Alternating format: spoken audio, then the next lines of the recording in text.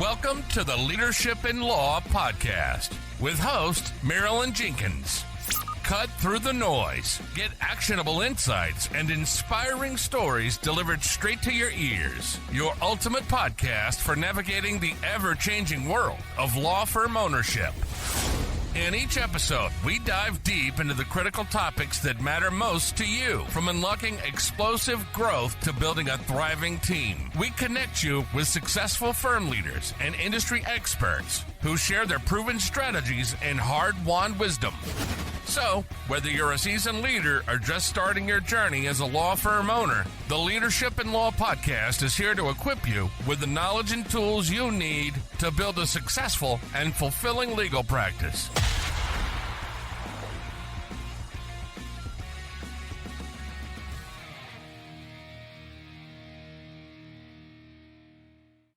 Welcome to another episode of the Leadership in Law podcast. I'm your host, Marilyn Jenkins.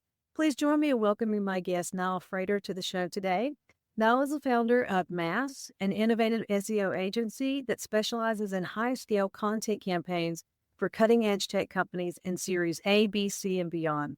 In just 12 months, Masse has grown from $0 to over $1.5 million in annual revenue, recurring revenue, leveraging a unique human-AI hybrid approach to SEO. Nile's journey in the tech world began in NoCode.tech, a hub for no-code movement that was acquired by A16Z-backed Stacker in 2022. With a background in engineering and coding, Nile has consistently pushed the boundaries of SEO, focusing on delivering tangible business results for startups and tech companies. Before founding Masse, Nile held a senior position at Lloyd's Banking Group in the UK, where he led various innovative projects, including recruiting 250 engineers and designers in a year and navigating the insurance division during the COVID-19 lockdowns. He also runs Concrete Capital, a micro PE fund that acquires small content and educational websites. Originally from Glasgow, Scotland, Nile now resides in Andorra and continues to be at the forefront of SEO and AI, helping startups scale quickly and efficiently.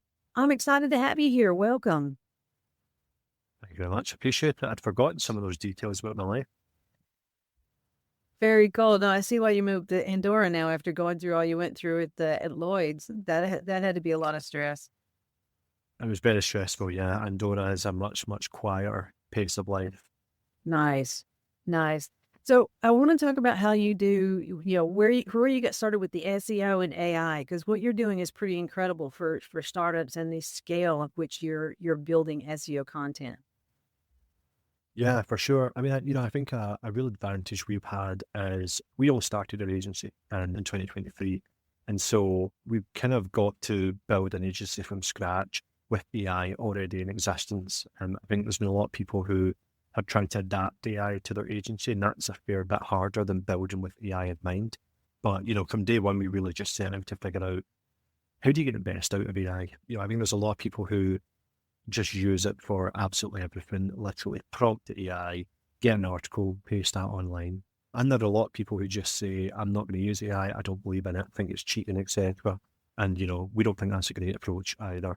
So yeah, from the middle, we've always just tried to balance, how do we have AI and all the benefits of AI, and how do we combine that with all the benefits of humans and really get the best thing in the middle? And that's kind of brought us to a fairly unique model where we write, really high volumes of content, but it's that real hybrid SEO approach of, AI creates it, but humans make it perfect and make it publication ready.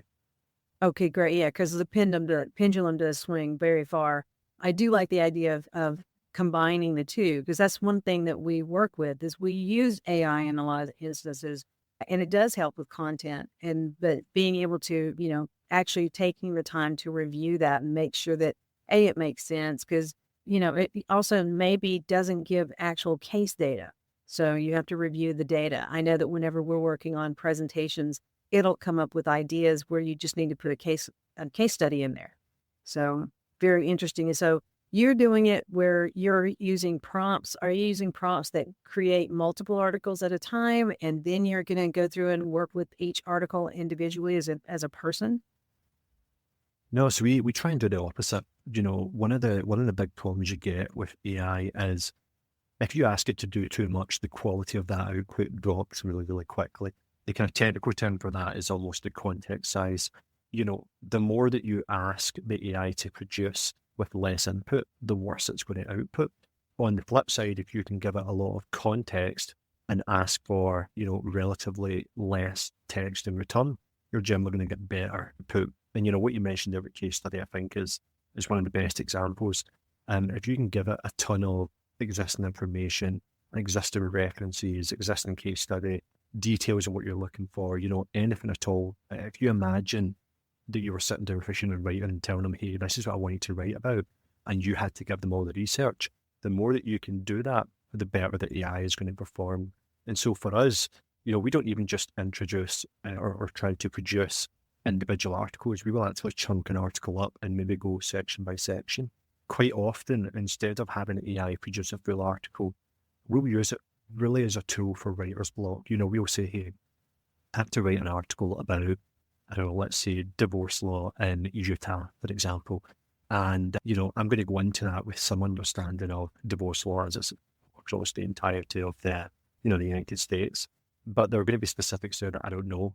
And rather than ask AI to generate an article on that, what I actually might do is say, hey, give me some talking points here. If I'm going to write an article and do that by myself, what should I write about?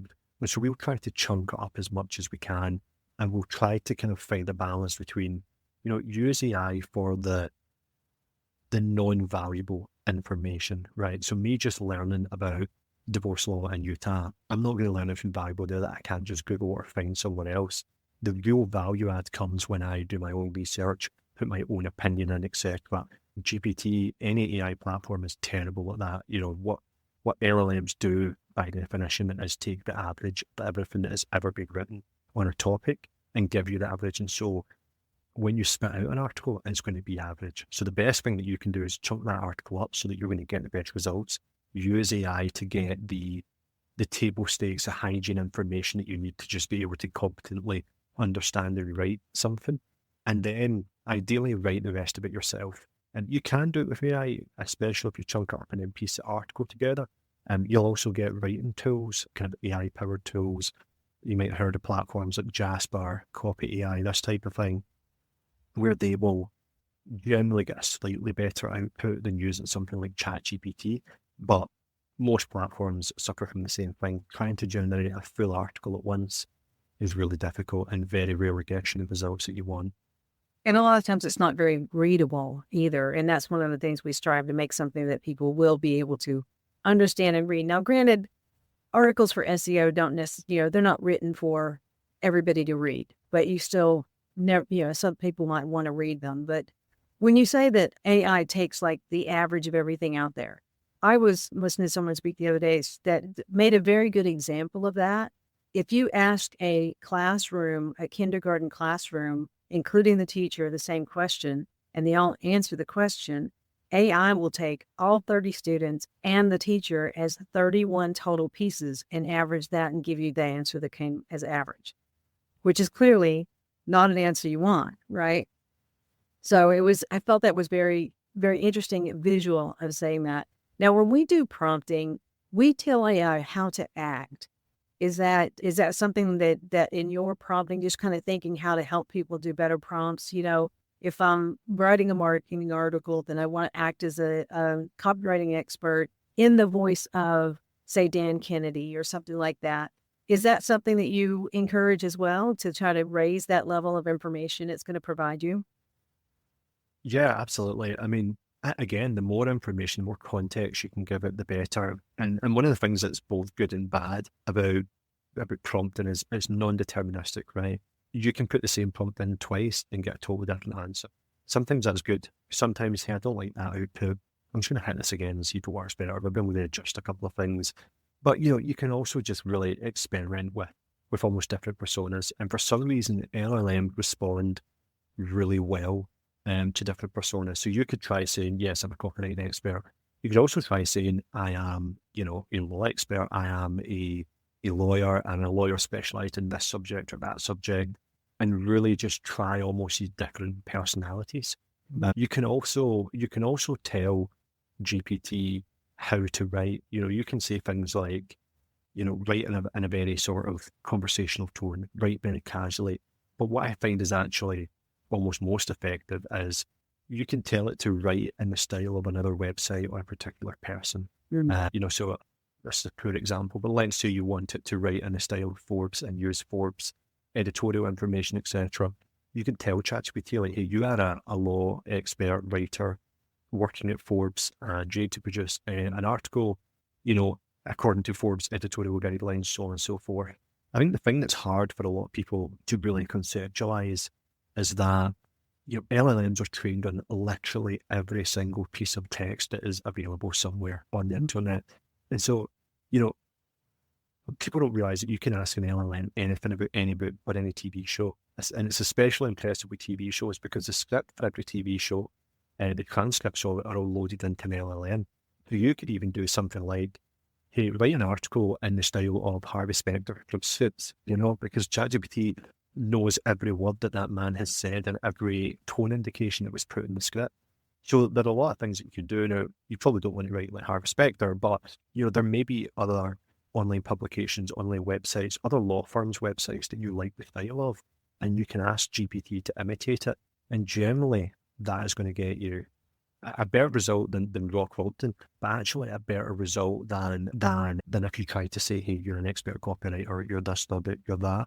It's much easier if ChatGPT can just copy something rather than try to invent something, if that makes sense.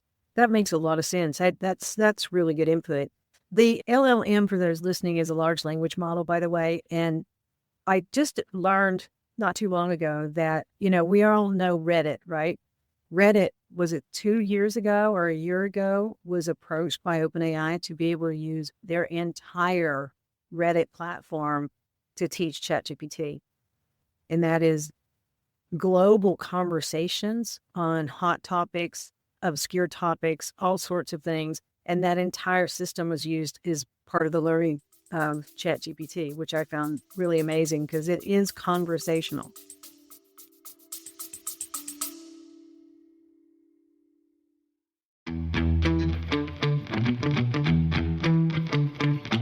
Are you a woman attorney running your own firm but feeling like you're on a never-ending treadmill? This podcast is sponsored by Wealthy Woman Lawyer, the business coaching company that's helped hundreds of women lawyers over the past 12 years, just like you, transform revenue-draining practices into wealth-generating machines. Their clients, including Brittany and Gianni, routinely break the seven-figure barrier while working fewer hours.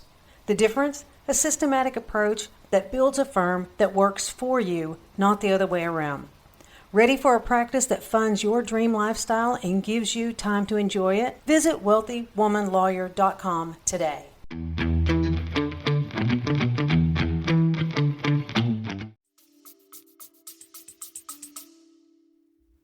Yeah, 100%. I mean, it's literally every piece of text out there, every obscure forum, everything is going to be indexed. And one of the cool things, GPT, for example, has got better recently actually citing sources. But there are other, we talk a lot about GPT, and it's kind of like it's a main tool in my head that people know about in terms of AI. But there are other tools that are really interesting here. I mentioned this kind of ability to impersonate people. There is a model that came out recently to much controversy called DeepSeek, which is kind of Chinese LLM model. I believe it's totally free. I don't think it's been blocked yet. I think there's been discussion of it. Yeah. It is particularly good at prose and at imitating other writers. We've generally found that DeepSeek has a little bit better of a content out than something like GPT. Specifically for law, where I think it's most interesting is a platform called Perplexity, which is a sort of AI-powered search platform. GPT does this now as well, but Perplexity is generally better at it and has a better interface. And what makes it particularly good is, you can ask it a question, tell me about this, tell me about that, and it will answer you, but it will tell you the exact source where it pulled the text for everything. And it generally does it a little bit better than GPT does. And so if you are, if you're using GPT to do research, for example, you're trying to find, you can use Perplexity to really actually find those citations. And it's a really good way to avoid AI hallucinations and just have a little bit more confidence that what you're looking up, what you're researching is actually real and not imagined by GPT, Mm-hmm. Right.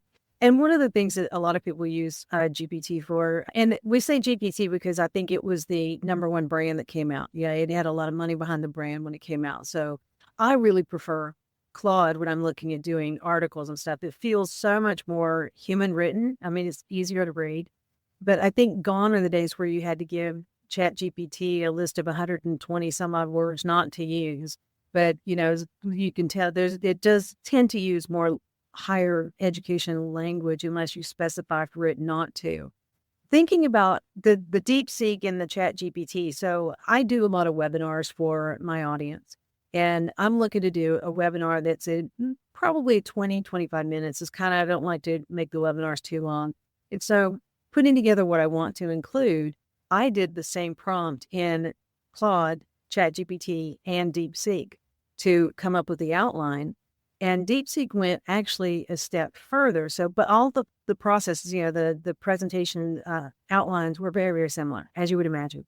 But when DeepSeek went one step further and wanted to niche the presentation instead of it being a generic AI presentation, and once I said, yeah, let's do it for law firms, it literally listed all of the tools by name and website and pricing, and categorize them that's available to law firms. So I thought that was very interesting, but the content, the output was similar, but I used the exact same prompt on each one of them. So, but that was enlightening to compare them and see the difference.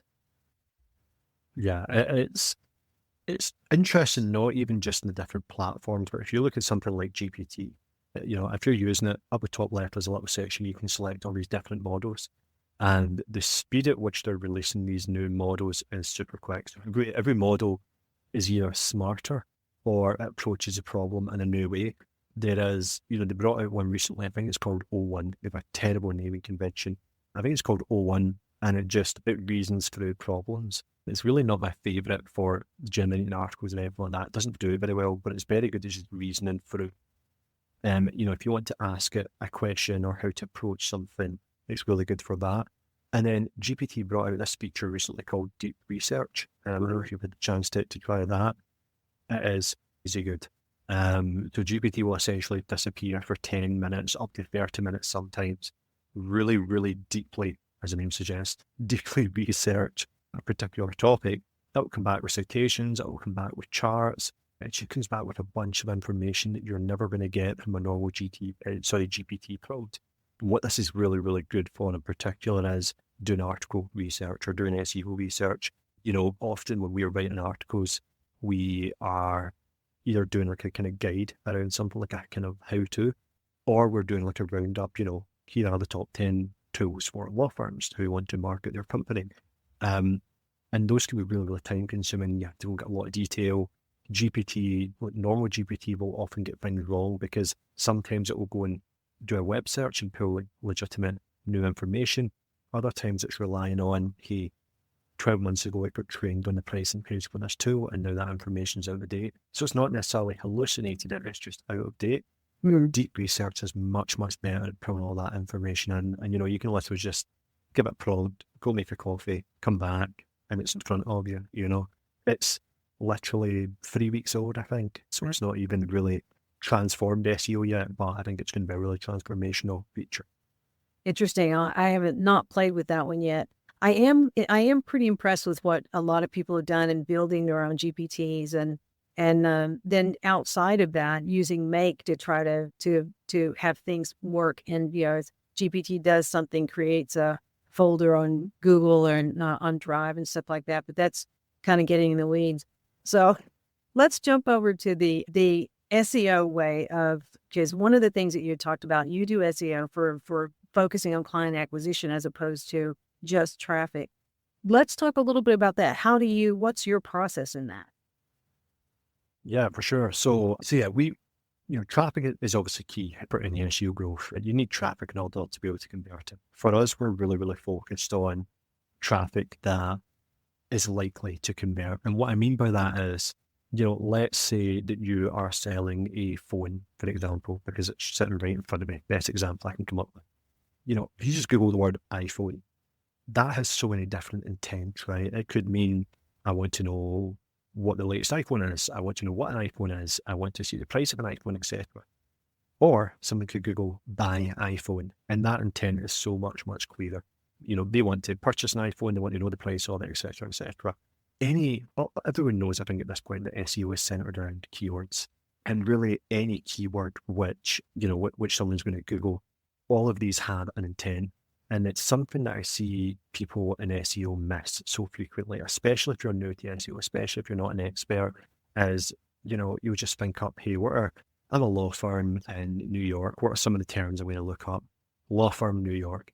Well, that's going to be pretty hard to rank for because it's going to be so competitive. It's so broad. Do you want a law firm specialized in divorce? Do you want one specialized in, injuries?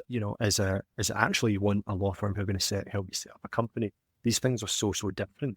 And so when you're doing SEO, you really have to figure out who are your audience, who are the specific people that you sell to best. And, by the way, it might be that you are a really broad law firm and you cover a lot of different kind of practices and specialities. Great, but pick one of them and start there first. So this is what we do with our clients. We figure out what is the one most niche audience that we can go after, and we want to start as small as possible. And what we tend to want to do, most of our clients are not so much looking locally, they tend to be more national firms. And so what we want to do there is figure out what is every question that a potential customer might have on this subject. We want to kind of approach that from every angle, and that will then give us, hey, here are 10 questions that someone's going to have about this. Then let's go and find those 10 keywords that people are actually Googling. And then let's write some content that is going to answer that. And we genuinely want to answer that question. We don't want to kind of say, hey, you should phone us and we'll answer the question, or you should email us. We want to answer the question as quickly as possible, right at the top of the article, get into the details, and then say, by the way, if you need more professional help with this, if you want to consult in this, now here's the phone number. And I think a lot of people get that the wrong way around. They think about it in the same way that you would think about PPC or ads, well, let me capture the customer and then let me educate them and let me extract value there.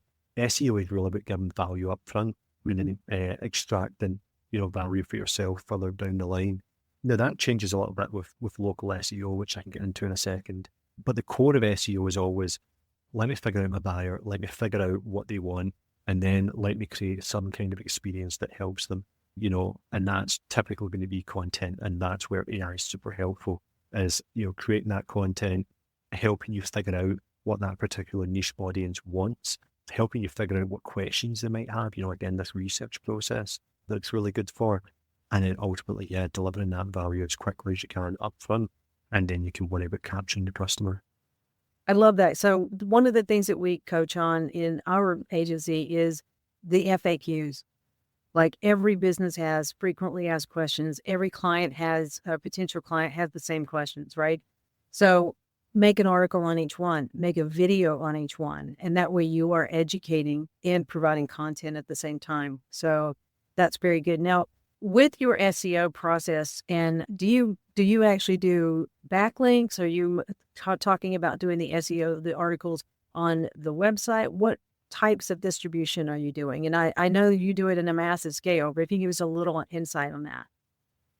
Yeah, for sure. And it's, it's broadly applicable both at the massive scale and at the kind of smaller scale. And when you start to go local in particular, you can get big results with really not a huge amount of output. So, for us, first of all, there are two concepts in SEO that we care about. One of those is topical authority, and one of them is domain authority. Domain authority is one that I think a lot of people hear more of when they first get into SEO. And it's this idea of, in an imaginary scale of kind of 0 to 100, how much does Google view you as an authoritative website? So BBC.com, Forbes.com, these are right at the top of that scale. They're authoritative, people trust them, they're credible, they've got decades of history. And then if you launch a new website tomorrow, nobody knows who you are, nobody knows what your website's about, Google's never heard of it, so on and so forth. So your domain authority is low. The primary way that you're going to build domain authority, really the only way you're going to build domain authority, is by building backlinks. And ideally you want those to be backlinks from reputable websites who, you're almost borrowing their domain authorities. Right. Ideally, you want these to be from relevant websites. So if you're a law firm, you get a link from, I don't know, McDonald's, terrible example. It's not very relevant, If you can get linked to from, an academic law journal, something like that, that is going to be much, much more valuable. And actually, the kind of the academic system of citing papers, citing, things, and then kind of using that as a measure of how authoritative or how credible was this paper, was this discovery or this insight. That's really the same system that Google's trying to use, this idea that if you get featured in an academic journal, lots of people cite your paper, then you are doing well. Google is exactly the same. Other concept is topical authority, and this is one that's less talked about, but I actually think is more powerful. And it's become, for anyone who pays attention to SEO, we kind of had Armageddon for SEOs in September 2023, where Google released a massive algorithm update and it killed a lot of really small websites. There's a lot of speculation over exactly what happened there, but our belief at Masse, and we, this belief has powered a lot of growth, is that essentially Google started looking less at how good is an individual article and more at how authoritative is this website on a particular topic. So, if you're a law firm and you want to find, clients for, accidents, you're an accident attorney, for example, the best thing that you can do is write everything there is to write about, law, examples of what happens if you get in an accident, how much compensation can you seek, what should you do when it happens, so on and so forth. Any questions someone's going to have, kind of what I talked about earlier, you want to answer those questions. You want to cover them in as much detail as possible. And an example I like to give here is, if you're a travel website and you're writing about Paris, everybody knows that you have to write what are the best restaurants in Paris, what are the best hotels in Paris. But what you should be really doing is niching down and writing, what are the best restaurants for vegan families? What are the best restaurants, or which restaurants have the best desserts? Really, really going into depth that no one else does. And the more that you write, you can go after these keywords that have a volume of 20 people searching for them. You're never going to get very many customers from them. But the more that you write for these small keywords, the more that Google's going to give you a shot to go after these larger, bigger keywords.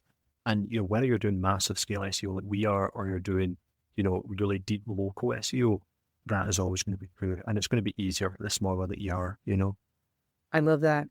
Yeah, you're right. I mean, be very descriptive, be very detailed. And, years ago when we were starting PPC, that was the thing, is buy those buying keywords, and so you're saying the same thing, build out the content around buying keywords and be educational about it. I love that. Yeah, absolutely.